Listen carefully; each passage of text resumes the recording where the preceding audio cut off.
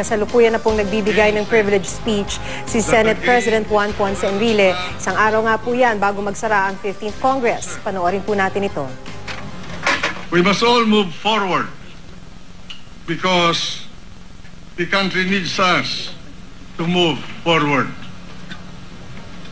I'm glad that Senator Coco Pimentel has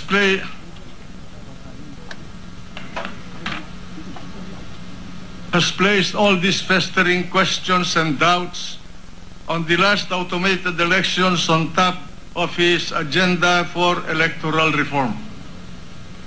I believe that we can. In fact, we must resolve these issues. As a democracy, we cannot afford to lose the people's faith in our electoral system.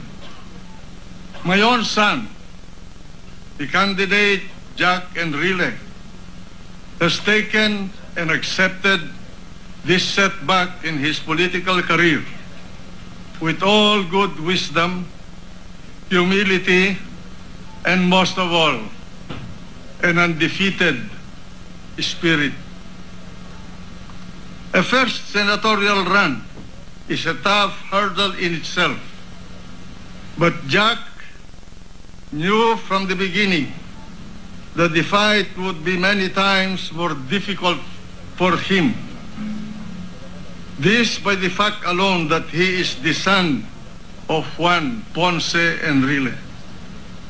The common analysis of political observers was that my son's candidacy suffered from the fallout of the bitter criticisms and accusations hurled against me by some people in this chamber who I had displeased just as we were entering the political campaign season. The enmity that marked the ending of our session days last January and early February was carried well into the campaign.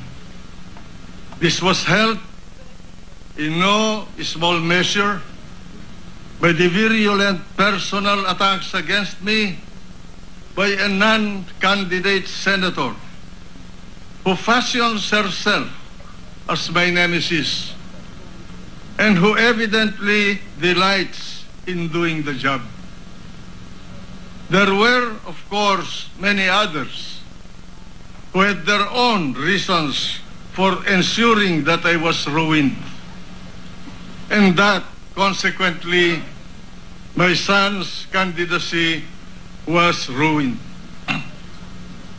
Yet, Jack forged on, blooded, and toiled on his own.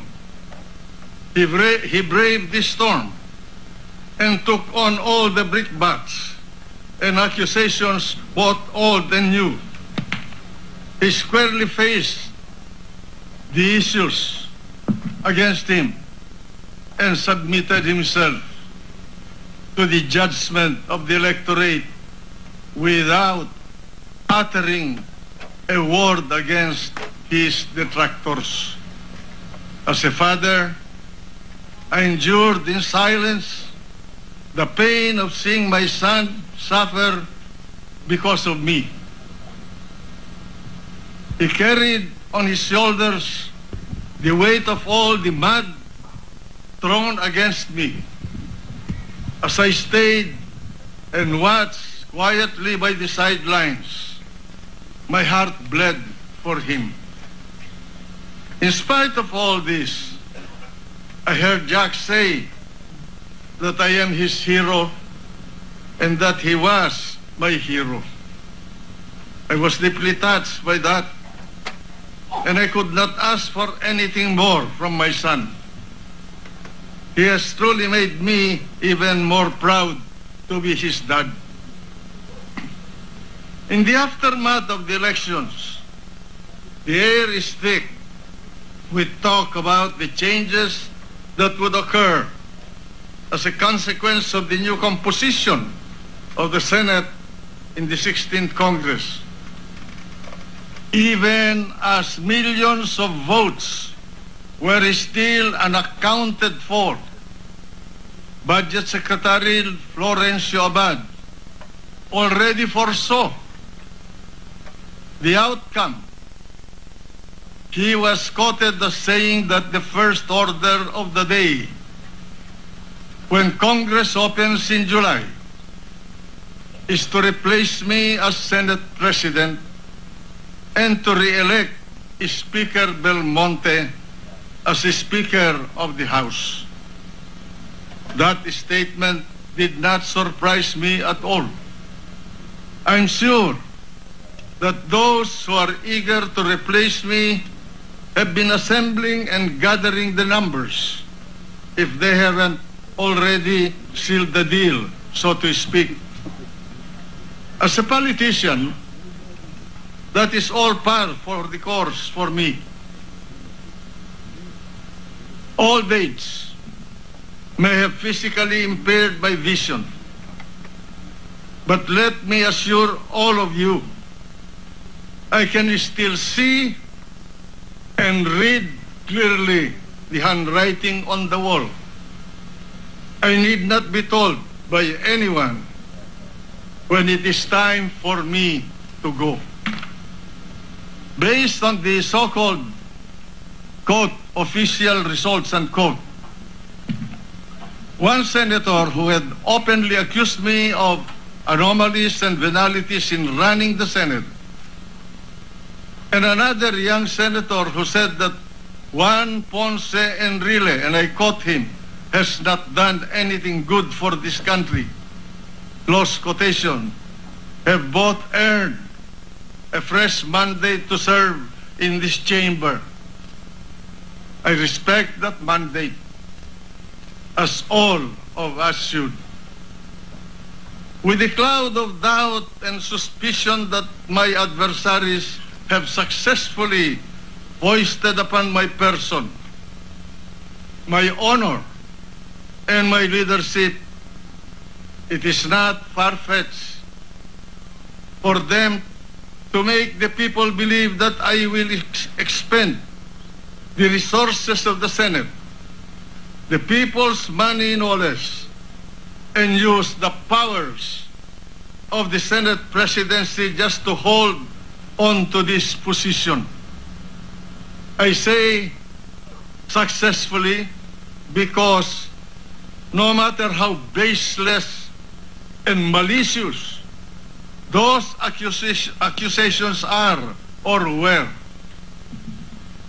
the issues heard against me and their implications, not only on my own, but on the Senate's integrity, were never resolved with clarity. These were quickly overtaken by the campaign fever. The truth or falsity of these accusations were lost and muddled in the wild frenzy of election rhetoric and propaganda. Indeed, so successful they were that the much publicized surveys portrayed me as having suffered the biggest decline in terms of the public's trust as head of this institution and as the third highest official of the land. I took all of this as part of the burden of leadership. As your leader, I never shirked from the responsibility to defend my actions and decisions, the honor of the Senate and that of my colleagues. I carried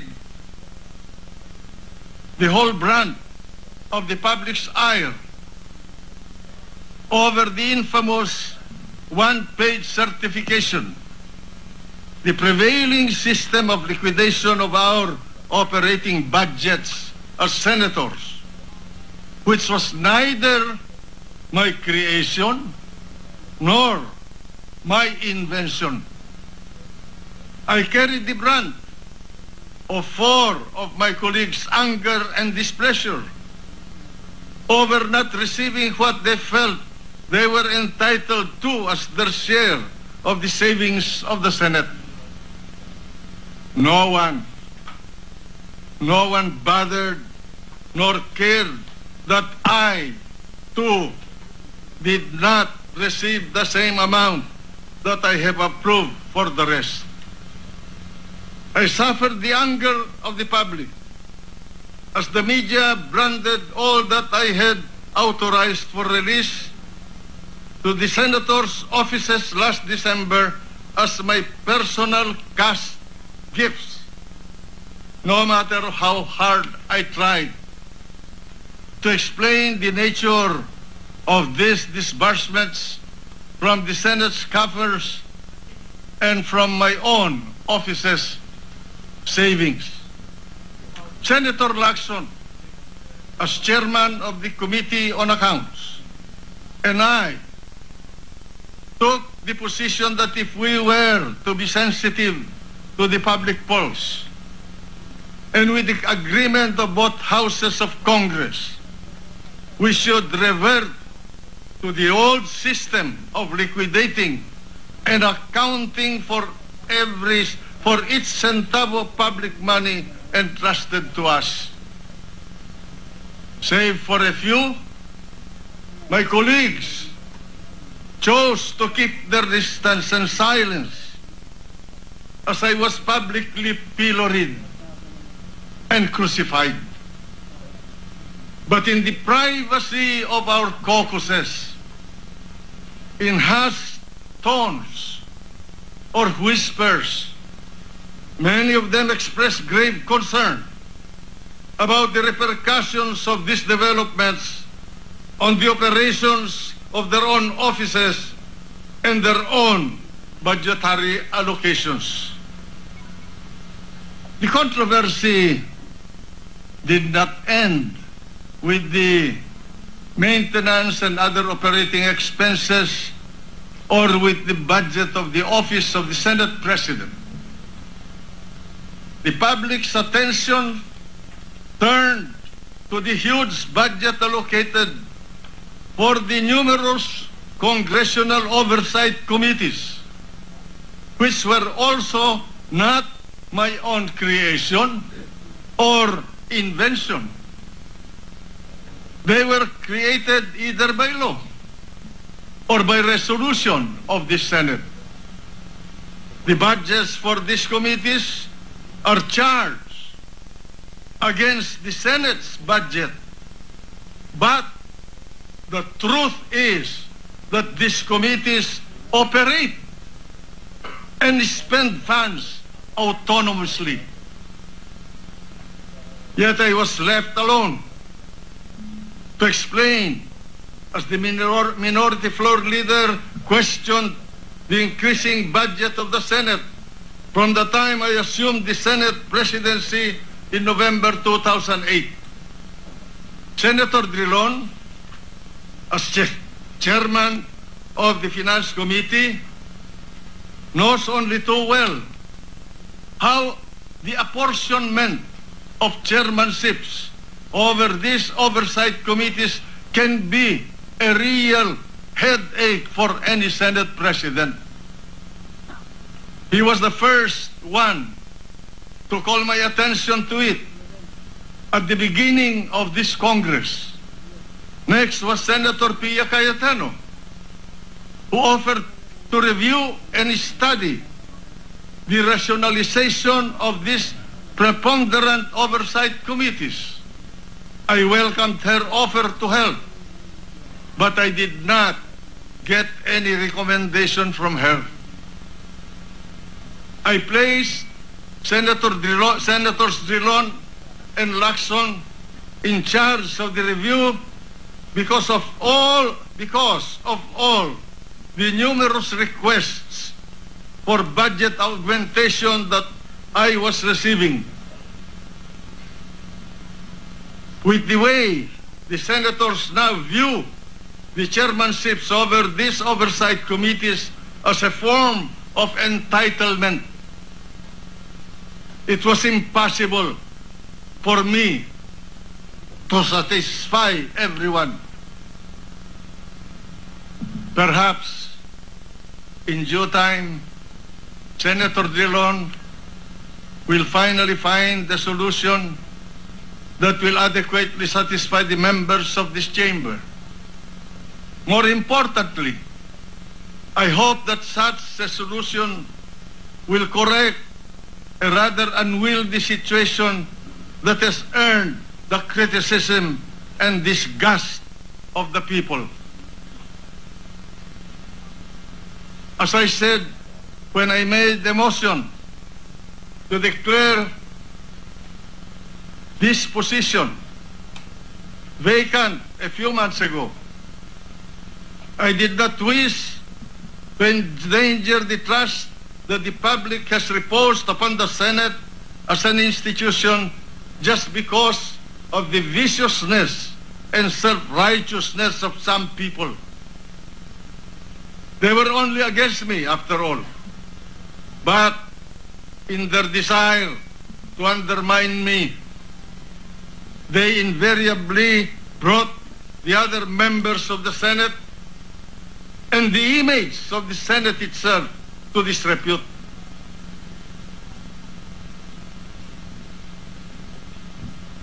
After all that howl and rage, I now ask the members of the Senate, must all these issues of propriety, transparency, and accountability be forgotten?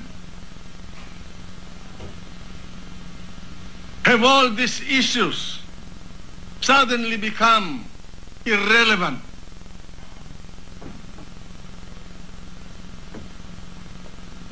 Can we just, quote, move on, unquote, as they say, and just bury these issues in the dustbin of the Philippine Senate's history? My answer is no. No. The Senate neither begins nor ends with Juan Ponce Enrile. This chamber has its own honor to uphold,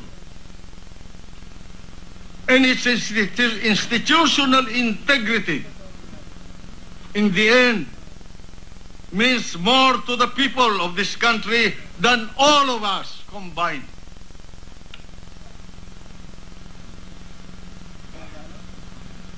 My entire record as a public servant, my performance as a senator of the Republic, and my conduct as Senate President is all up for the nation to judge, whether fairly or unfairly. But now that the election noise has quieted down, I lay claim to nothing more than the right to vindicate my solid name. I will leave each of my colleagues to explain directly to the people who elected them their respective positions on these issues and to account for their own budgets, as I have always been ready to account for my own. I can no longer speak for them. I refuse to be anyone's scapegoat and everyone's whipping boy.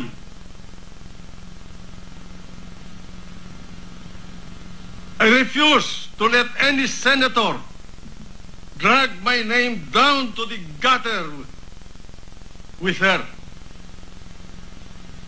I refuse to stand by idly when no less than the son of my former partner, the late Senator Renato L. Cayetano, would dare accuse me of being a thief or a scoundrel. I refuse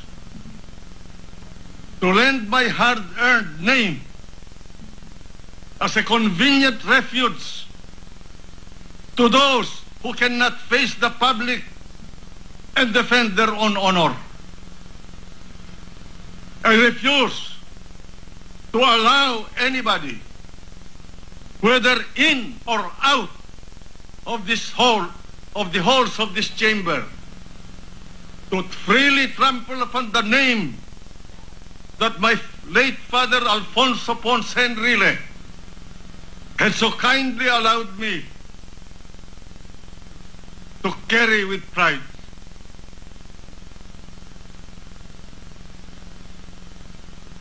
I do not need nor intend to use the powers, perquisites, and trappings of the Senate presidency just to cling to it or to secure this position for myself when the 16th Congress opens in July.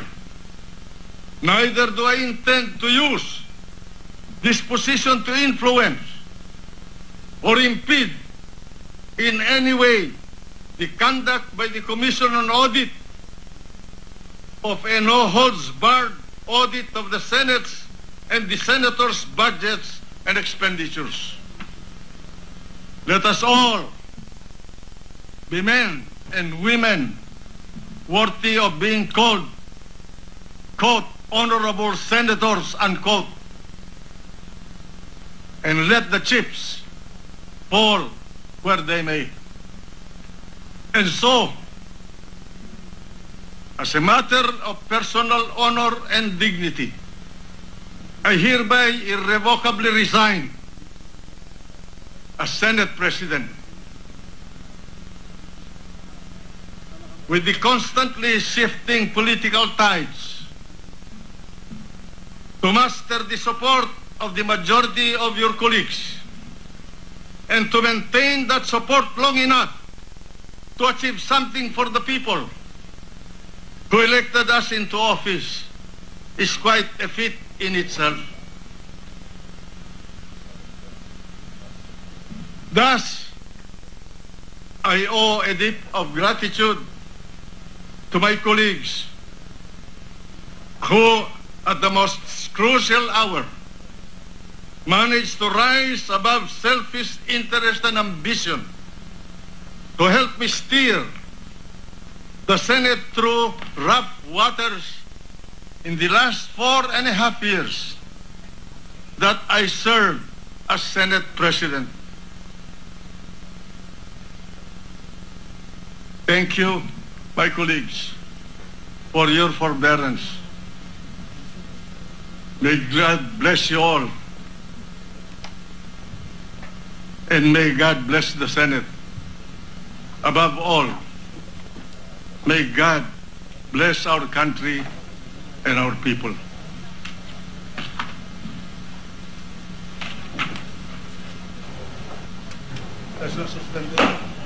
At yan nga po ang privilege speech, katatapos lang na privilege speech ni Juan Ponce Enrile bilang Senate President. Ang huling araw ngayon, ano, Mark? Ng session ng 15th Congress. Sa July ay magbabalik na ang 16th Congress. Siyempre, may bagong komposisyon na. At yan nga po, towards the end of his almost 30-minute na speech ay nagbitiw bilang Senate President si Juan Ponce Enrile.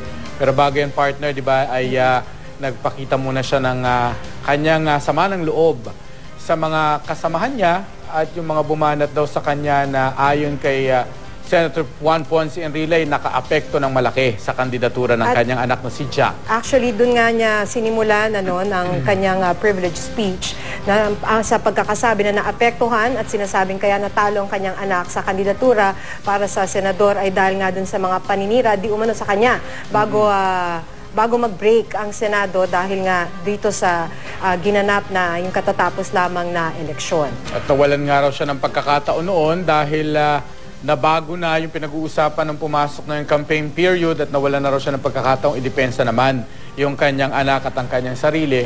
Kaya bago siya nag-resign ay sinagot niya at binalik niya uli yung issue ng umano'y cash gift na ayon sa kanya kahit ilang beses daw niyang ipinaliwanag, paulit-ulit ay ganun pa rin daw ang naging propaganda sa sarili niyang salita.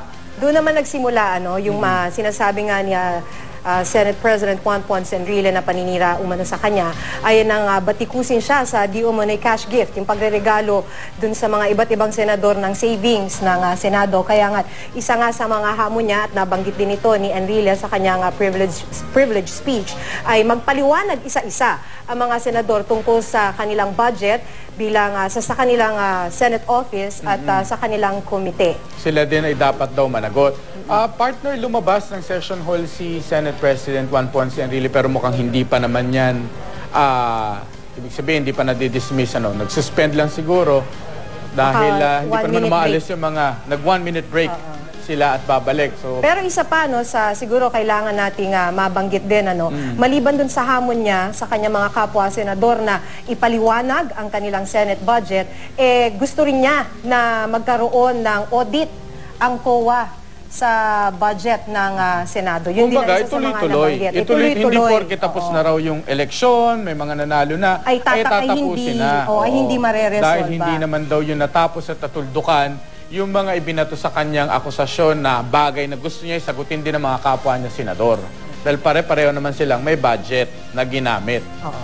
So abangan po natin yung mga susunod pa na kabanata tungkol dyan. Samantala, sinusubukan pa po namin kunan ng pahayag ang Palasyo at Liberal Party kaugnay ng issue dahil nga nabanggit din kanina sa privilege speech, di ba? Yung tungkol sa issue ng Senate presidency. Si Secretary Florencio Abad ng DBM na na-quote daw na nagsabi na wala pa, meron pang hindi pa tapos daw ang bilangan, ay nabanggit na. Umano'y ang pinagpaplanuhan na raw ay kung paano siya papalitan at i-retain bilang Speaker ng House si Feliciano Belmonte.